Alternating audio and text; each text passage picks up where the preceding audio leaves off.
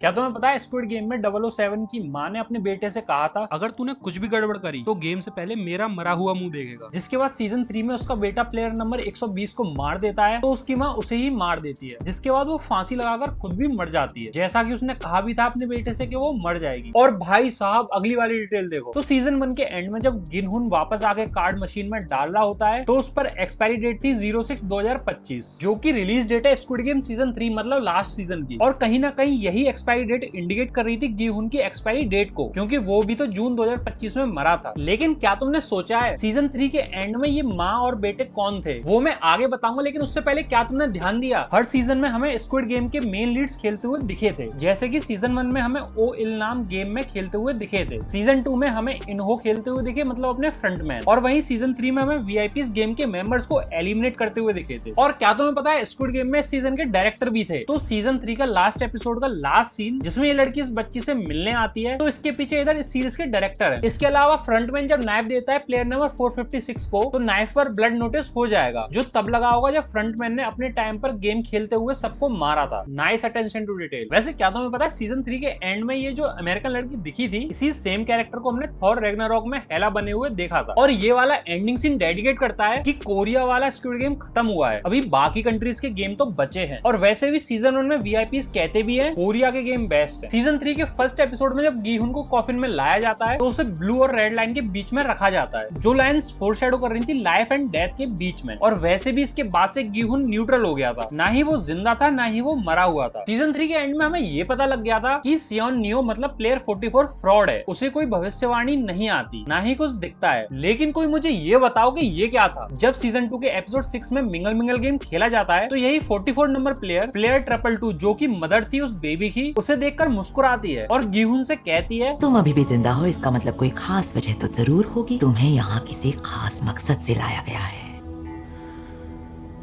वैसे इंटरनेट पे कुछ थ्योरीज हैं कि स्क्विड गेम रियल में हुआ करता था 1986 के आसपास, जिसकी रियल इमेजेस तुम स्क्रीन पर देख भी सकते हो। सीजन 2 के दौरान हम मिले थे माँ बेटे के डुओ से। माँ जो कि प्लेयर नंबर 149 थी, उसके बालों में हमेशा एक नाइफ रहा करता था। लेकिन आप सोच रहे होंगे गार्ड्स ने उसके नाइफ को चेक कैसे नहीं किया, जबकि गार्ड्स ने प्लेयर नंबर 456 के ट्रैकर को हटा दिया था। ये गेम के रूल्स तो सबको फॉलो करने पड़ते हैं ना, लेकिन याद रखिए ये खेल सिर्फ प्लेयर्स के लिए फेयर होता है, वीआईपीज के लिए एंटरटेनमेंट है। तो किसी के पास छोटा मोटा वेपन होना उनके लिए थ्रिल बनाता है। और सीजन 3 में इस ब्लेड का यूज दो पर्सपेक्टिव से हुआ था। एक यूज तब हुआ था जब इन्होंने बच्चे की एम्बेलिकल कॉर्ड काटी थी, और दूसरे यूज में इन्होंने अपने बेटे को मार ही दिया था, जो कि दो चीज फोरशैडो कर रही थी। उसी नाइफ ने किसी बच्चे को जान भी दी और किसी को मारा भी। वैसे एक चीज देखो, सीजन 3 के एपिसोड 1 में जब रेड और ब्लू टीम डिसाइड होती है तो रेड में प्लेयर 149 होती है और ब्लू में उसका बेटा 007 होता है। और रूल ये था रेड वाली टीम ब्लू वालों को मारेगी, लेकिन वो अपनी टीम चेंज कर लेते हैं एक दूसरे से। उसके बावजूद भी प्लेयर 149 ही मारती है प्लेयर 007 को। फिर आता है जंप रोप गेम, एक ऐसा खेल जो हमने बचपन में सबने खेला भी होगा। अगर इस वाले गेम की म्यूजिक को तुम इंग्लिश में सुनोगे तो उसमें लाइन आती है लिटिल फ्रेंड टर्न अराउंड।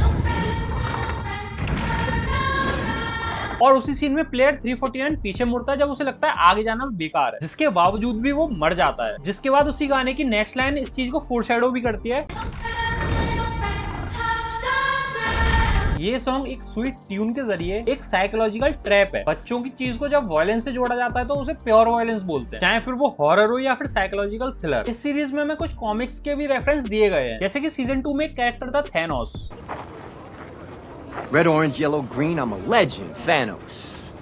अगर उसकी फिंगर्स पर ध्यान दोगे तो इन्फिनिटी स्टोन जैसे कलर्स भी दिख जाएंगे, और उसके जो बाल पर्पल कलर के थे वो थैनोस को रेफरेंस दे रहे थे। और रोप जंप वाले सीन में फिर चुन्नी और उसके बच्चे के लिए वीआईपीज कहते भी हैं एक माँ अपने बच्चे के लिए कुछ भी कर सकती है कि वो अपने बच्चे के लिए शायद मार्वल की सुपर हीरो बन जाए। इससे हमारी प्लेयर 222 मार्वल की सुपर हीरो बन जाए। तो एक वीआईपी कहता है वंडर वुमन की तरह, जिसको करेक्ट करते हुए दूसरी वीआईपी बोलती है नहीं वो डीसी की कैरेक्टर है, वो मार्वल नहीं डीसी की कैरेक्टर है। अब ये चीज बहुत ही प्यारी सी डिटेल फोरशैडो कर रही है कि जो वीआईपीज हैं उन्हें फिक्शनल दुनिया से कोई मतलब ही नहीं है। जहां पर हम जैसे लोग मजे उठाते हैं इन चीजों को देख देख कर, वहां पर इन वीआईपीज को मजा आता है असली लोगों को मरते हुए देखने में, ना कि कोई मार्वल या डीसी की मूवी देखने। फिर एपिसोड 4 के एंड में गिहुन के सामने फ्रंटमैन एक हॉरिफाइंग चॉइस रखता है। वो चाहे तो बचे हुए कंटेस्टेंट्स को मारकर उस बच्चे के साथ जी सकता है, या फिर वो सबको जिंदा छोड़ दे। अब ये एक तरीके से फोरशैडो कर रही थी उस वाली स्टोरी को जिसमें एक ट्रेन के सामने दो ट्रैक्स होते हैं, एक ट्रैक पर कई सारे लोग और दूसरे ट्रैक पर अपना कोई या फिर खुद की सेफ्टी हो। लेकिन गीहुन किसी को नहीं मारता। वहीं पर हमें फ्रंटमैन की बैक स्टोरी दिखाते हैं कि फ्रंटमैन ने सबको मार दिया था गेम के अंदर। अब फ्रंटमैन ने ये चॉइस गीहुन को दी थी ताकि वो अपना गिल्ट थोड़ा बहुत कम कर सके। लेकिन जब गीहुन किसी को नहीं मारता तो फ्रंटमैन को सबसे ज्यादा गिल्ट फील होता है, जिस वजह से उसका कैरेक्टर आर्क भी चेंज हो जाता है एंडिंग के टाइम पर। एपिसोड 4 का डिनर सीन एक ऐसे रूम में होता है जो कि गोल होता है। उस गोल स्ट्रक्चर का सिंबॉलिक लिंक है फाइनल गेम के सर्कल पुश मैकेनिज्म से। फाइनल टावर भी एक गोल टावर होता है और इस सीजन के मोस्ट ऑफ द गेम्स में सर्कल वाला जो साइन था वो बहुत ज्यादा इंपॉर्टेंट था। अब अगर तुम्हें याद हो तो सीजन 1 का final dinner table triangle shape में हुआ था और ये सिर्फ डिजाइन एलिमेंट्स नहीं है, ये शो के अंदर छुपे लेयर्स और साइकोलॉजिकल मीनिंग्स का हिस्सा है। फिर जब कैप्टन पार्क के घर में गीहुन का बंदा घुस जाता है तो हमें कई सारे फोटोज दिखते हैं वॉल पर, जिसमें कैप्टन पार्क के साथ फ्रंटमैन होता है और एक फोटो में तो वो रिक्रूटर भी होता है जो कि सीजन 2 में मारा गया था। अब कई लोग कह रहे हैं कैप्टन पार्क भी फ्रंटमैन के साथ गेम में खेला था, लेकिन मेरे हिसाब से तो फ्रंटमैन ने सबको मार दिया था एंड वाले राउंड में, तो कैप्टन पार्क का वहां पर होना कोई मतलब ही नहीं बनाता। शायद किसी और सीजन में हमें इनकी बैक स्टोरी दिखाई जाए। इसके बाद हाइड एंड सीक वाले गेम में अगर तुमने ध्यान दिया हो तो वॉल्स पर कई सारे हैंडप्रिंट्स बने होते हैं बच्चों के, जो कि कई सारे डिफरेंट कलर्स के दिखते भी हैं। लेकिन जिस गेट से एग्जिट होता है उस गेट पर अगर ध्यान दो तो कई सारे रेड हैंडप्रिंट्स दिख जाएंगे, जो कि ये चीज फोरशैडो कर रहे हैं कि यहाँ तक आते आते कई लोग जख्मी हो गए हैं और खून से लथपथ हो चुके होंगे, जिस वजह से उनके हाथों में खून है। जो भी स्क्विड गेम का विनर बनता है उनको जो कार्ड मिलता है वो ब्लैक एनवेलप में पिंक रिबन के साथ मिलता है। अब वहीं अगर तुमने ध्यान दिया हो जितनी भी डेड बॉडीज जाती हैं वो ब्लैक बॉक्स और